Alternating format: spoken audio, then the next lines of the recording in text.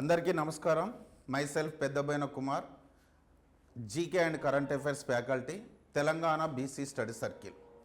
ఈరోజు మనం అంతర్జాతీయ బూకర్ ప్రైజ్ 2026 యొక్క షార్ట్ లిస్టు విడుదల చేయబడింది. విజేత కాదు.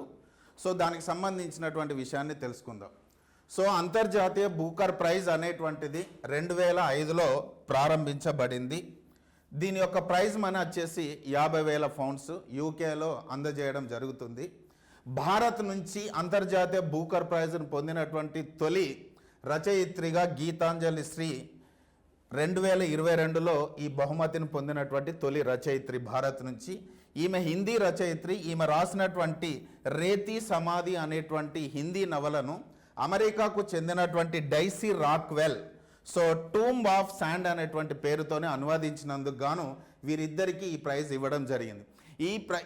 ఈ బూకర్ ప్రైజ్ అనేటువంటిది ఏ భాషలో రచించినటువంటి నవలనైనా ఇంగ్లీష్లోకి అనువాదించినటువంటి వారికి, అంటే ఒరిజినల్ రచయిత్రికి ఇంగ్లీష్లో అనువాదించినటువంటి అనువాదకురాలకు ఇద్దరికీ ఆ ప్రైజ్లో చెరి సగముగా అందజేస్తూ ఉంటారు.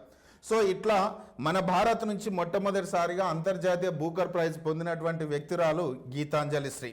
తర్వాత వచ్చేసి ఇటీవల ఇంకొక రికార్డ్ ఏంటంటే 2025లో కూడా మన కన్నడ రచయిత్రులు అయినటువంటి భాను ముస్తాక్ రాసినటువంటి హార్ట్ ల్యాంప్ను అనువాదకురాలు దీపా బస్తీ, వీరిద్దరు కూడా కన్నడ రచయిత్రులే. సో వీరిద్దరికీ కూడా ఈ అంతర్జాతీయ బూకర్ ప్రైజ్ అనేటువంటిది రావడం జరిగింది.